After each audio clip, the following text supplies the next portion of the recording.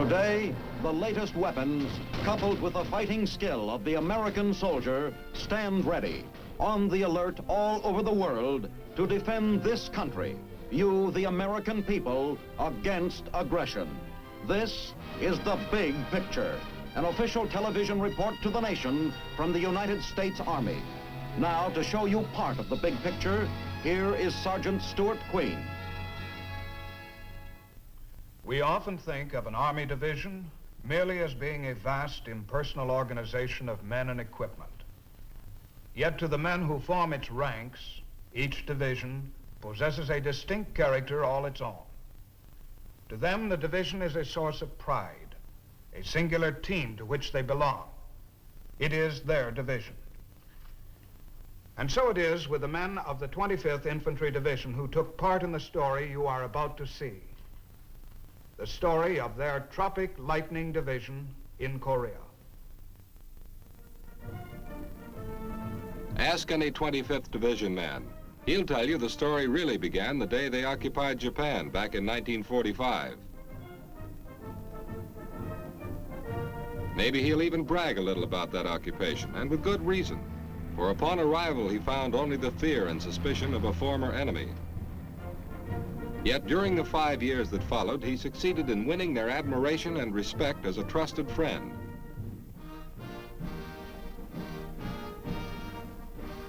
Yes, the story began here, for on June 25th, 1950, the division was still in Japan when the neighboring South Koreans were invaded. North Korean communists had crossed the 38th parallel in force. Machine guns would be no match against the Russian-built tanks spearheading the attack from the north. The Republic of South Korea called for immediate assistance. The United Nations heard and answered. Within 2 weeks after the North Korean invasion, Japanese port cities were humming as the 25th Division rushed to support the beleaguered South Koreans. On July 7th, advance elements of the 25th took their last look at Japan as they set sail for Busan, following close on the wake of their sister division, the 24th. Thus, the men of the 25th became the second United States division to arrive in Korea.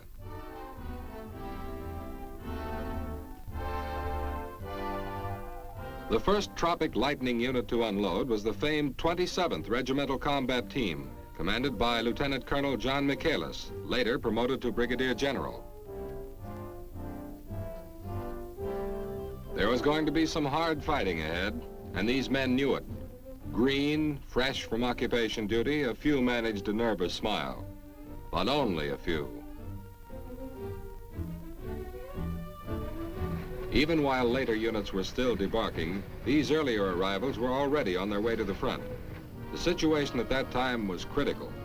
Replacements were badly needed to bolster UN positions all along the hard-hit line.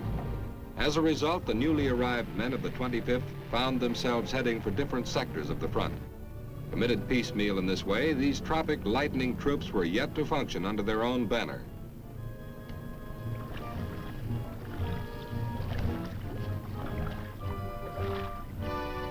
Then, on July 20th, the 25th assembled as a division and took up defensive positions in the north near Sangju. This placed them on a perimeter, face to face with the advancing enemy. Now, fighting together as a single team, the men of the 25th watched and waited for their first real test under fire. They were bidding for precious time while other UN reinforcements could be rushed to Korea. They watched and they waited, and then...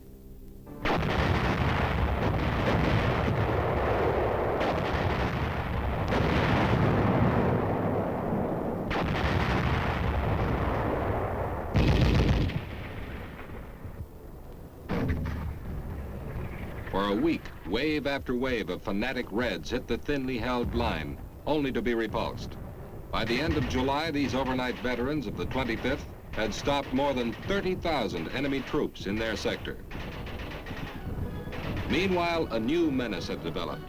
An enemy force had driven south along the west coast and was now threatening to engulf Busan.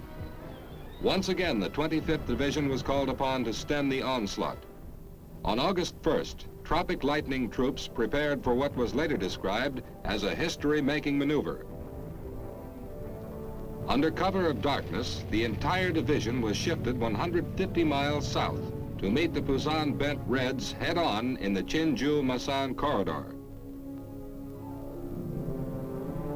Once in the new sector, tank infantry teams launched an aggressive defense designed to keep the massing enemy off balance. They were still fighting for time, with the sea at their backs. Then the order came down: stand or die.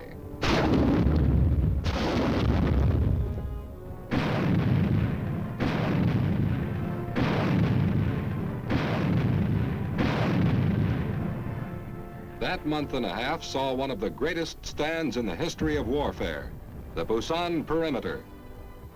Once again, we had stopped the enemy. For the men of the 25th, however, it was a costly victory.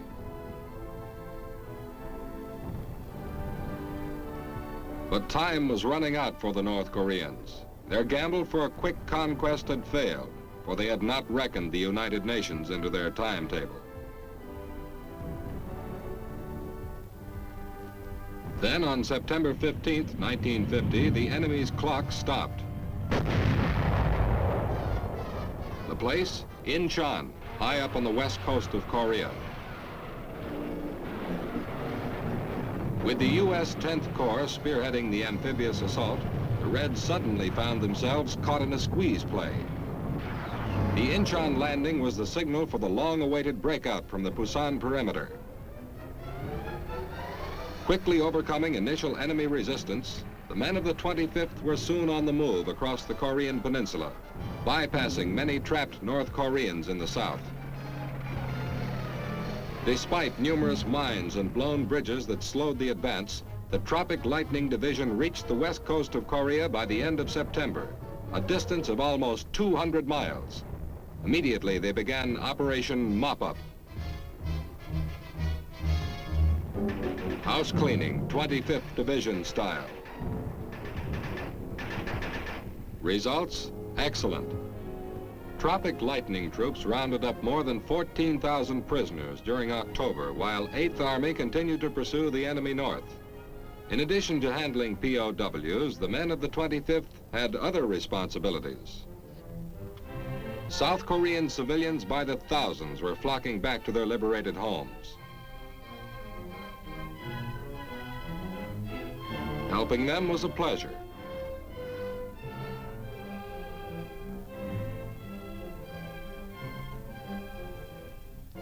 November found the division again heading north. Chinese troops had been reported crossing the Yalu River. On November 27th, the Chinese struck in force. For the men of the 25th Division, the remainder of 1950 turned into a deadly game of leapfrog as they fought and withdrew.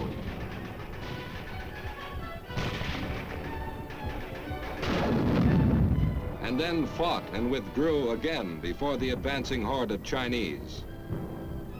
It was another war, but they'd be back. The new year found the division on the outskirts of Seoul.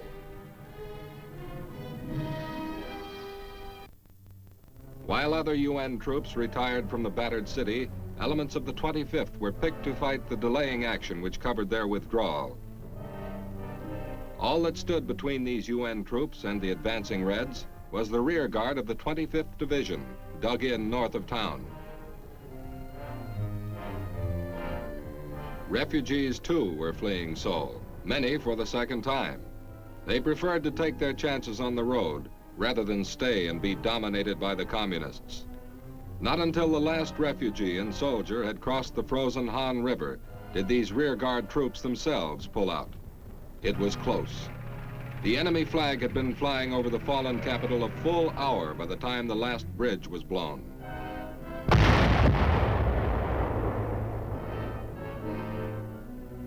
The long, weary withdrawal then continued south, finally coming to an end below Suwon.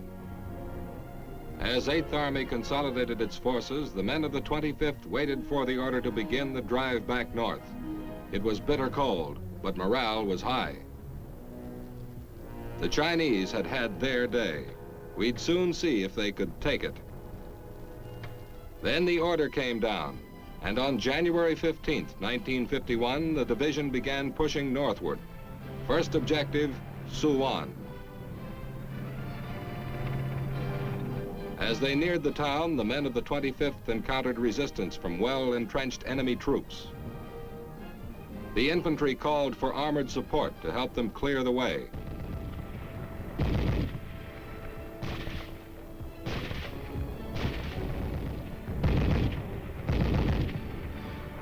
Then the infantrymen took over as they moved in on Suwon itself, anxious to close with the enemy. Experts in the art of infighting, they also knew when to duck. Once inside the town, they had to check every hut for Reds, then double check. Within 5 days after the push had begun, the town of Suwon was in tropic lightning hands. The 25th was now ready to team up with the rest of 8th Army in a general offensive to drive the Reds back to the Han River. All along the line, UN forces moved out to meet the enemy.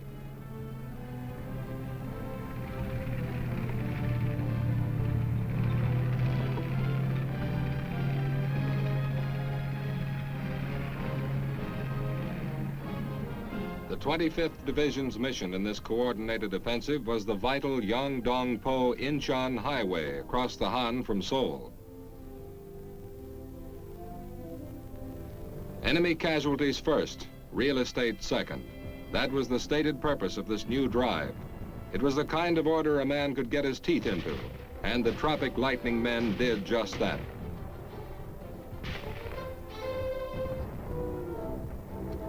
Every possible hiding place was checked for Reds. Civilians? Maybe they were, maybe not. Enemy resistance increased steadily as the division neared the Han. Rice paddies didn't offer a man much protection against the heavy fire being laid down by the Reds.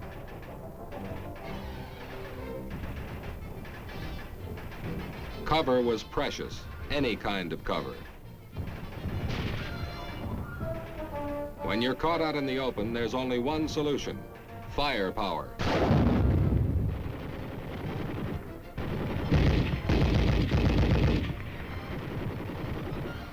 Keep the enemy's head down and then move up.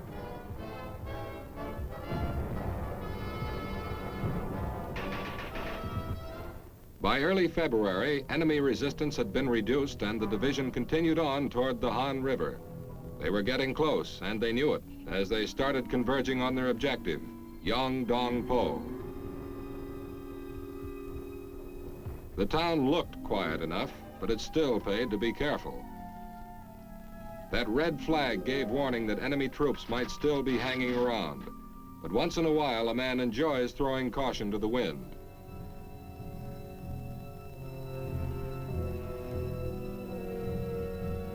The enemy had suffered 70,000 casualties during this latest 8th Army offensive, which now found the men of the 25th deploying along the banks and bridges of the Han itself.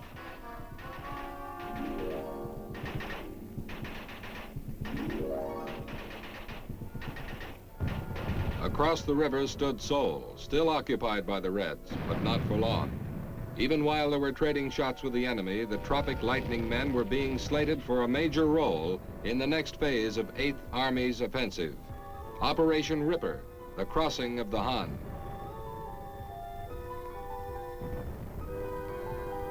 Shifted to positions 15 miles east of Seoul, the 25th prepared to spearhead the crossing on March 7th. It opened with the biggest barrage since the start of the war.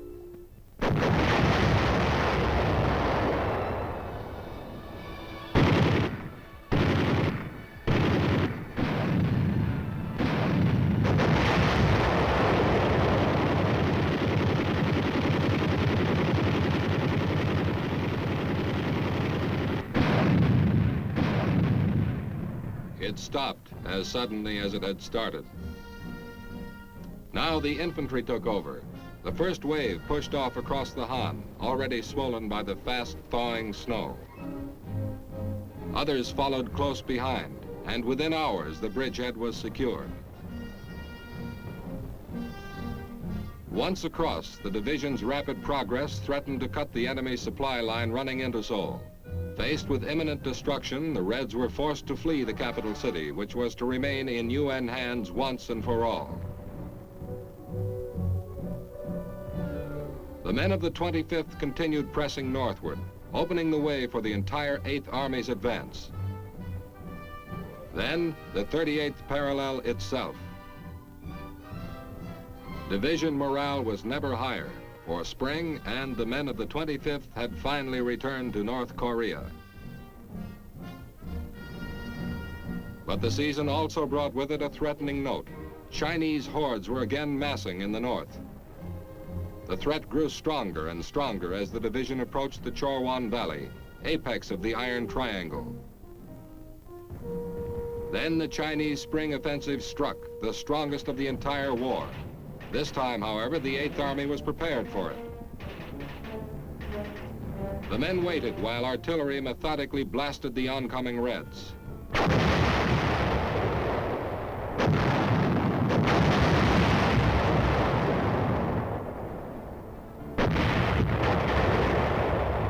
Then the 25th Division executed a series of systematic withdrawals.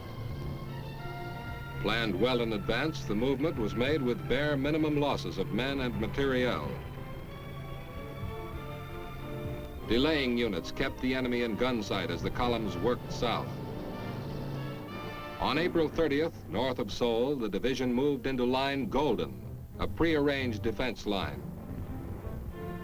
Here, the men vowed to stop the massive communist offensive or die in the attempt. Here, they would make their stand with no quarter given or taken. This was the showdown, the final test of strength. The Chinese had promised to give Seoul to the North Koreans as a May Day gift, and now they were coming for it. What they got instead was a massacre.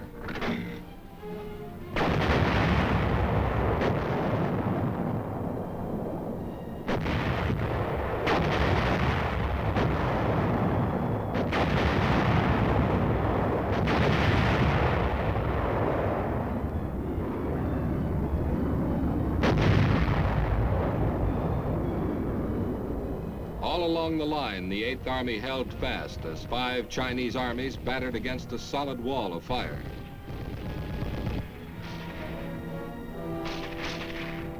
The enemy never fully recovered from this crushing defeat. It was to be his last major offensive of the Korean War. July 1951 found the men of the 25th Division taking a well-earned rest in reserve. For some, it was a month of sadness as they paid tribute to buddies who had fallen in combat. It was a time to remember the year that had passed. Sangju, the Busan perimeter, the capture of Suwon, the Han River crossing, the stand at Line Golden.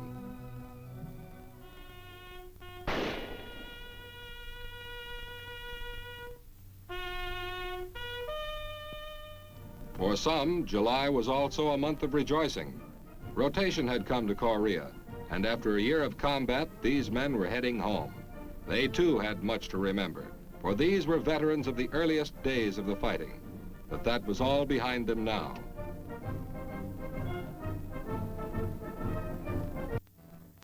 For the world, July was a month of hope. The United Nations had demonstrated that it was determined to defend South Korea and would never be driven out. Realizing this, the communists finally agreed to talk peace. Yes, the world took hope that peace might soon again come to Korea.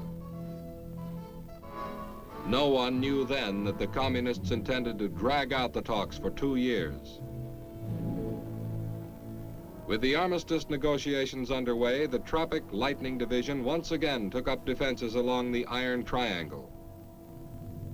There were plenty of Chinese and North Koreans holed up in those hills, with plenty of fight still left in them.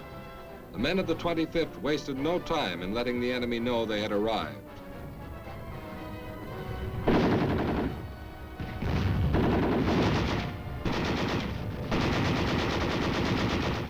The Air Force chipped in to help plaster the Reds.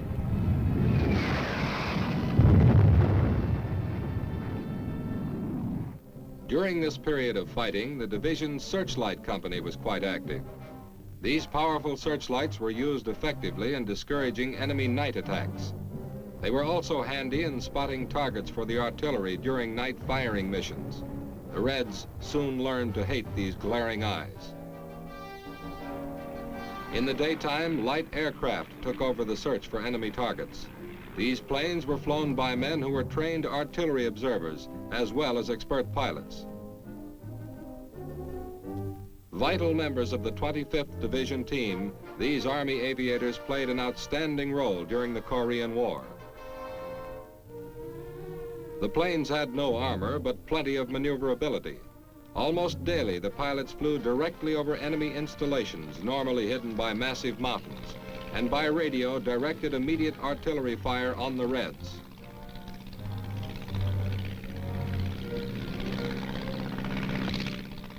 Psychological warfare was also used extensively in the division sector during this period. Various means were used by these psychological warfare teams to induce the enemy to surrender. From the ground or from the air, they had many ways to skin a cat or capture prisoners. The Air Force often lent a hand in passing out surrender leaflets. If these methods failed to produce results, there was always the direct approach. As the peace talks dragged on into 1952, action for the most part settled down to aggressive patrolling on both sides. This was rugged country. Going down was difficult enough, but coming up was a real project.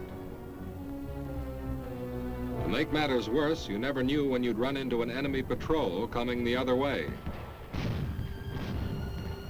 After a while, the men of the 25th became experts in the art of ambush and reconnaissance patrolling.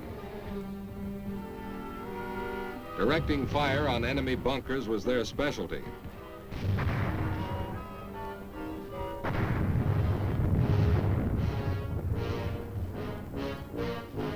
Sometimes, however, you had to shoot them out.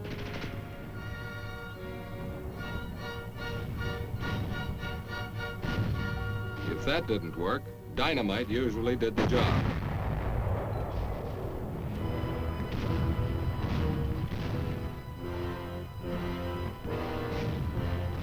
Now to look for the pieces. For the remainder of the war, 25th patrols continued to harass enemy positions in their sector. Neither side seemed inclined to launch a major ground offensive, and fighting was limited mostly to local skirmishes.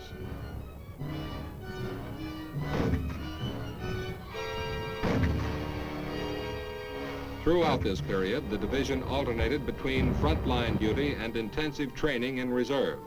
Turkish troops attached to the division also received training in the use of American weapons.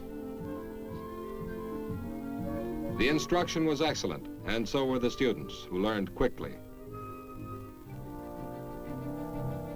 In May 1953, these same Turks were destined to fight the division's last major battle. It happened on 5 forward outposts, just like this one. For 2 days, this one Turkish brigade was to fight off repeated attacks by a full enemy division. Before it was over, 3,000 Reds lay dead or wounded. 2 months later, the war in Korea ended. The date, July 27th, 1953. The place, Panmunjom. United Nations, the signing of the armistice represented an important victory for the free world. For the communists, it meant only defeat. Then, with the signing of the ceasefire, all fighting in Korea stopped. 3 years of bitter warfare thus passed into the pages of history.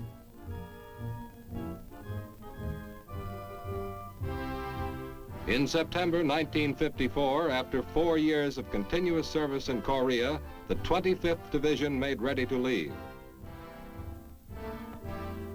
Their job was done. For more than a year now, the war had been over.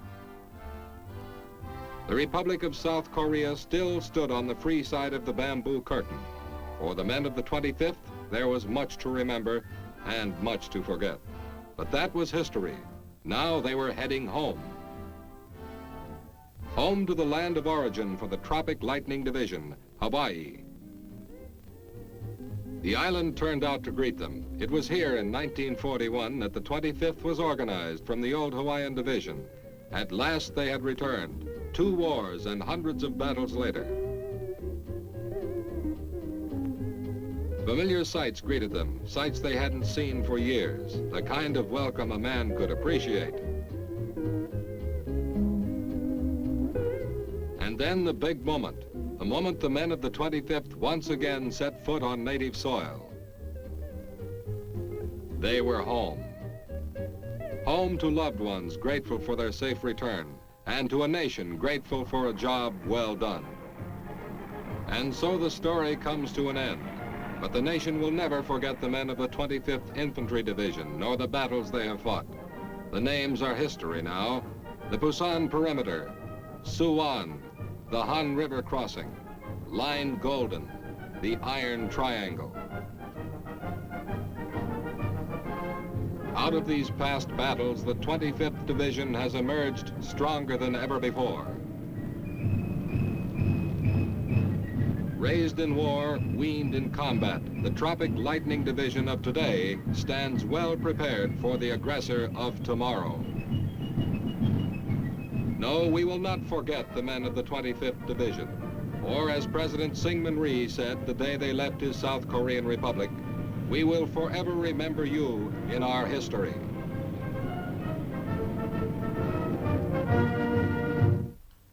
You have just seen the United States 25th Infantry Division in Korea. This story is dedicated to all those men of the Tropic Lightning Division, past, present, and future. This is Sergeant Stuart Queen, inviting you to join us again next week for another look at the big picture of your Army in action. The Big Picture is a weekly television report to the nation on the activities of the Army at home and overseas. Produced by the Signal Corps Pictorial Center. Presented by the United States Army in cooperation with this station. You too can be an important part of the Big Picture.